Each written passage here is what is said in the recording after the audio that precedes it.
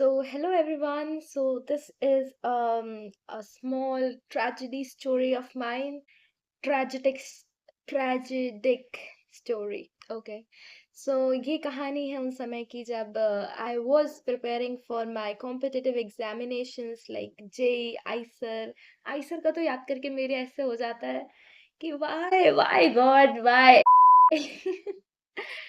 हंस तो रही हूँ पर broke inside. So the story begins like I was preparing for my um JEE and मुझे ऐसे शुरू से थोड़ा बहुत ऐसे शक होता था खुद पे कि जेई तो नहीं होगा मेरे से और मुझे इंजीनियरिंग करने का कुछ ऐसा शौक नहीं था I was into research more into space science and physics तो मैंने अगर इंजीनियरिंग का सोचा था मैंने सोचा था अगर जेई मेरा हो जाता है तो मैं एरोस्पेस इंजीनियरिंग करूंगी किसी भी आईआईटी वगैरह से पर होपफुली मेरा जेई नहीं हुआ और जैसा कि आप लोग जानते हैं right now I am a student of bachelors in physics from IEHE Bhopal और तो मेरी कहानी कुछ इस प्रकार थी कि 10वीं के एग्जाम के बाद मैंने सोचा कि मैं ऑनलाइन बैच से पढ़ूंगी और अच्छा खासा मेरा डिसीजन था कि ठीक है ऑनलाइन लेके पीडब्ल्यू का मैंने बैच ले लिया था रिजल्ट के कुछ आने के कुछ दिनों बाद ही मैंने अपनी पढ़ाई शुरू कर दी थी और काफी अच्छा चल रहा था मेरा बैकलॉग वगैरह कुछ नहीं था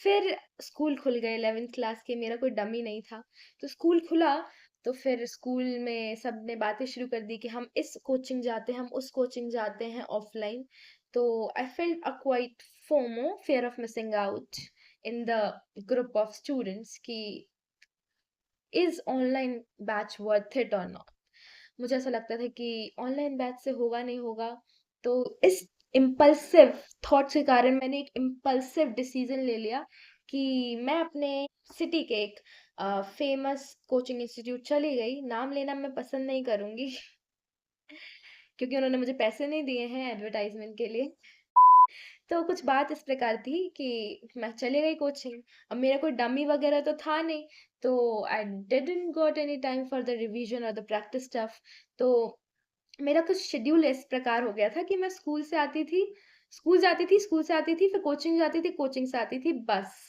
मैं खुद से कुछ नहीं पढ़ रही होती थी मैं स्कूल में पढ़ती थी मैं कोचिंग में पढ़ती थी घर आके बस खाती और सोती थी तो अब ऐसे में क्या सिलेक्शन होगा कभी कभी मैं छुट्टी ले लेती थी स्कूल कोचिंग से पढ़ने के लिए लेकिन उतने say that is bare minimum उससे कुछ नहीं होता है तो हुआ अपना जेई मेंस अटेम्प्ट वन और मेरे कुछ स्टोरी इस प्रकार है कि हमारा ऐसे जेई का एग्जाम हुआ और जनवरी में जेई का एग्जाम हुआ फरवरी में हमारा फेयरवेल था स्कूल का हमने फेयरवेल अटेंड किया घर आए सोए ठीक है और ऐसी आधी नींद में मैं उठ रही हूँ और मुझे पता चल रहा है कि जेई का रिजल्ट आ गया तो जेई का रिजल्ट खोला हमने और फिर अचानक से ना ऐसे सदमा लगा कि फिजिक्स केमिस्ट्री मैथ्स और परसेंटाइल कुछ इस प्रकार था कुछ तो मैथ्स में 50 की लाइन में था केमिस्ट्री में कुछ 85 था फिजिक्स में 76 कुछ था तो मैंने सिर्फ केमिस्ट्री का देखा केमिस्ट्री सबसे नीचे रहता है शायद से तो केमिस्ट्री का मैंने 85 देखा मुझे ऐसा लगा कि मेरे 85 है मैंने इतना ध्यान से भी नहीं देखा मैं उतने में खुश मैंने सबको फोन लगा दिया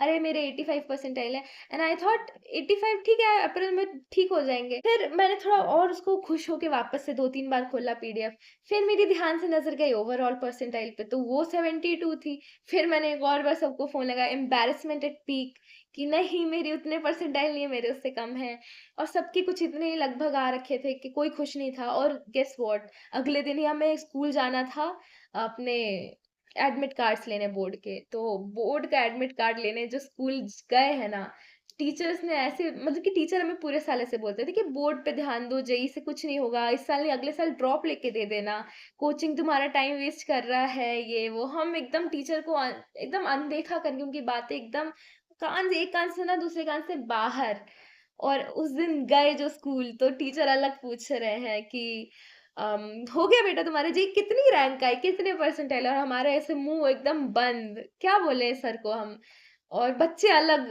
बच्चे इतने क्या बोलूं मैं वो अलग पूछ रहे हैं कि कितने आए तुम्हारे परसेंटाइल बताने लायक आएंगे तो बताएंगे ना तो ऐसे ही फिर हम लोग लौट के आए बोर्ड का एडमिट कार्ड लेके तो बात रही फिर बोर्ड एग्जाम्स की तो मैंने सोचा देखो कोचिंग छोड़ो मैं 11th के सितंबर में मैंने कोचिंग जॉइन की थी। मैं पूरे 11th गई, मैं 12th गई और मैं 12th में कोचिंग को मैंने आई गेस मैंने नवंबर में मैंने कोचिंग जाना छोड़ दिया था। क्योंकि फिर मुझे ऐसा महसूस होने लग गया था कि ये जेईई मेरा बोर्ड्स भी ले डूबेगा। तो फिर मैंने बोर्ड प्रिपरेशन शुरू की नवंबर से। फिर बोर्ड के एग्जाम्स हमारे शुरू हुए। बोर्ड्स के एग्जाम्स मैंने अच्छे से दिए। तो देखो अभी जो बोर्ड एग्जाम दे रहे हैं तो उनका ऑन स्क्रीन मार्किंग हो रहा है।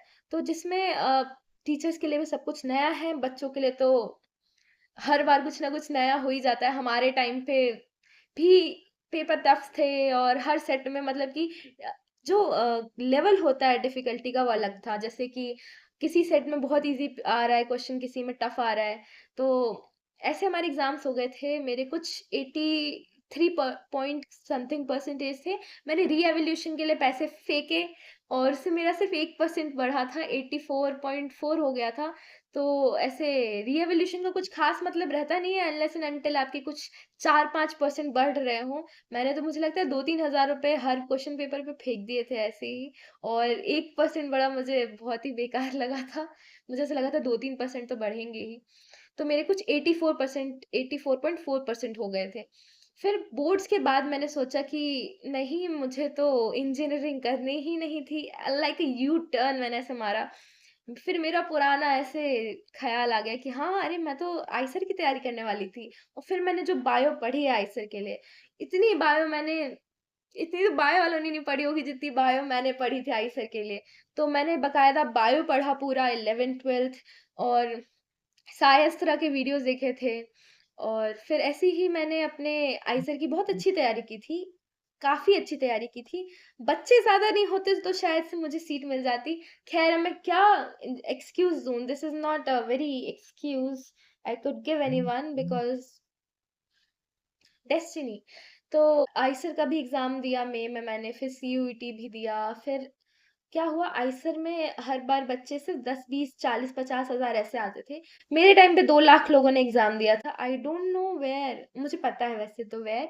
ये सारे इस तरह वालों ने हर इंसान को आइसर, नेस्ट, सीएमआई, आईएसआई सारे इंस्टीट्यूट के बारे में बता दिया। जो इंस्टीट्यूट सिर्फ रिसर्च ओरिएंटेड बच्चे जानते थे वो जेई वाले इंजीनियरिंग वाले बच्चे भी जानने लगे। और फिर ऐसे ही सारे जेई वाले बच्चों ने, मोस्ट ऑफ द जेई वाले जो थे जिनको रिसर्च से कोई लेना देना नहीं था, वो सारे कूद पड़े आईसर वाले एग्जाम में और सबने दे दिया। और हाँ, जैसा कि हम जानते हैं जेई वाले बच्चे are quite intelligent, I understand and I agree. तो उनका तो आईसर निकलना ही था। वो बायोलॉजी बिना पढ़े भी अगर अटेम्प्ट करेंगे ना तब भी उनका आईसर निकलता। तो यही हुआ। जो बिल्कुल फोकस डिटरमाइंड बच्चे थे जिनको रिसर्च में ही जाना है उनका हुआ नहीं। और जो इंजीनियरिंग स्टूडेंट्स थे उनका अचानक से पैशन ही बन गया रिसर्च। फिर सीयूईटी के रिजल्ट से पहले ही मेरा एडमिशन हो गया था। मेरे कॉलेज में रिजल्ट आए तब तक मैं कॉलेज भी जाने लग गई थी और मैंने bachelors in physics course choose कर लिया था, जो आई थिंक अब मुझे ऐसा लगता है is a right decision for me. Maybe in future I'll get into some other institute for my master's or PhD degrees. But right now I'm quite happy and quite satisfied with what I'm doing because this is the thing I'm loving right now. बाकी मुझे हमदर्दी है अभी जिनके result आए हैं boards के और जिनका जेई भी हुआ है और जिनका आइसर का एग्जाम आने वाला है जून 7 राइट। तो उसके लिए ऑल द बेस्ट। और री-एवोल्यूशन के लिए डालना वैसे तो सबके लिए नई है, टीचर्स के लिए भी नया है ये ऑन स्क्रीन मार्किंग। तो थोड़ा ब्लेंडर तो होना ही था। कोई बात नहीं, हर बार का है, कुछ ना कुछ रोज हो ही जाता है। नीट वाले अलग परेशान है, दुनिया में सब परेशान है, तो तुम्हें अकेले परेशान होने की जरूरत नहीं है। That's all for this video. See you in the next video. Bye bye.